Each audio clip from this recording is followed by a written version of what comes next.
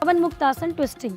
तो अपने दोनों घुटनों को पहले बेंड करेंगे, दोनों हाथों को साइड पे लेके जाएंगे, अपने दोनों घुटनों को उठाएंगे जितना ऊपर ले जा सकते हैं।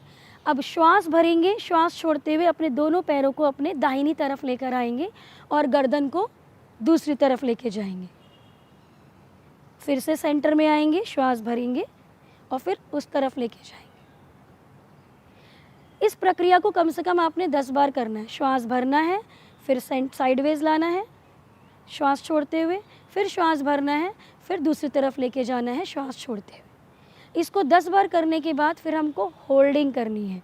तो श्वास भरेंगे, श्वास छोड़ते हुए आएंगे। ध्यान रहे, कोशिश करें कि आपका कंधा ज़मीन पर हो। शुरुआत में हो सकता है कंधा ज़मीन पर नहीं जाए, तो अपनी क्षमता अनुसार करें। धीरे धीरे अभ्यास के साथ ये हो जाएगा। आंखें बंद करेंगे, 5 बार 5 श्वासों के लिए इसको रोकेंगे। लंबा गहरा श्वास भरेंगे, लंबा गहरा श्वास छोड़ेंगे। अब इसी प्रकार से दूसरी तरफ भी करेंगे।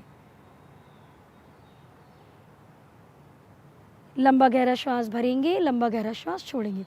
We have to hold this for 5 deep breaths.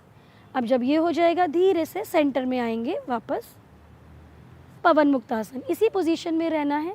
दोनों हाथ से इंटरलॉक करेंगे और अपने दोनों घुटनों के नीचे हाथ को लगा लेंगे। श्वास भरेंगे, श्वास छोड़ते हुए पेट को अंदर, पेट अंदर करते हुए अपने घुटने को चेस्ट के पास लेकर आएंगे। अब इसमें जो लोग गलती करते हैं, जो उनका स्पाइन वाला पोर्शन होता है, बटक वाला पोर्शन, उसको भी उठा देते हैं। तो ध्यान रहे, जो आपका L3, L4, L5 वाला पोजीशन है, वो आपके ज़मीन पे टच होना चाहिए। अगर वो ज़मीन पे टच नहीं होगा तो फिर आपके स्पाइन पे प्रेशर आएगा। तो उसको हमको टच करना है और गर्दन को हल्का सा अपने कंठकूप के पास। और इस पोजीशन में भी आपको 5 लंबी गहरी श्वासों के लिए रुकना है। Lumbar rest position.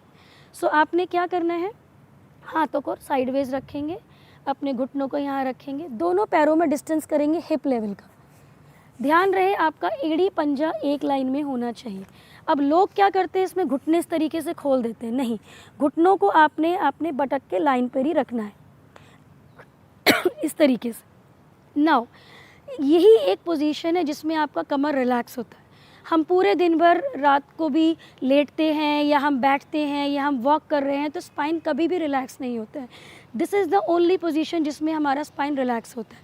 तो जब आप बहुत देर तक 12 से 15 घंटे आप काम कर रहे हैं, या आप शॉपिंग करके आए हैं बाहर से, या आपने बहुत देर तक कार ड्राइव करी है, बैठे रहे हैं, तो प्लीज़ मैं आपसे रिक्वेस्ट करूंगी कि 10 मिनट इस पोजीशन में ज़रूर रिलैक्स करें। को करनी है एब्डोमिनल ब्रीदिंग। तो अपने राइट हैंड को अपनी नेवल पे रखेंगे, या आप दोनों हाथों को भी रख सकते हैं, एक के ऊपर एक। अब हमको श्वास भरनी है। श्वास भरते हुए पेट बाहर आएगा, श्वास छोड़ते हुए पेट अंदर जाएगा। श्वास भरते हुए पेट बाहर, श्वास छोड़ते हुए पेट अंदर। सो इस तरीके से आपका जो मन है वो भी शांत होता है, आपका माइंड रिलैक्स होता है, और स्पाइन तो रिलैक्स होती ही होती है। दोस्तों, आप मानिए, ये वंडर्स है आपकी स्पाइन के लिए। तो कम से कम जिनको स्पाइन की दिक्कत है, वो कम से कम दिन में 3 से 4 बार इस आसन को ज़रूर करें।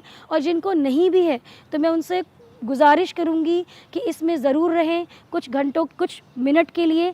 अगर आपको दर्द है तो करना ही करना है, और जिनको दर्द नहीं है तो मिनिमम आपने दिन में 2 बार इसको ज़रूर करें।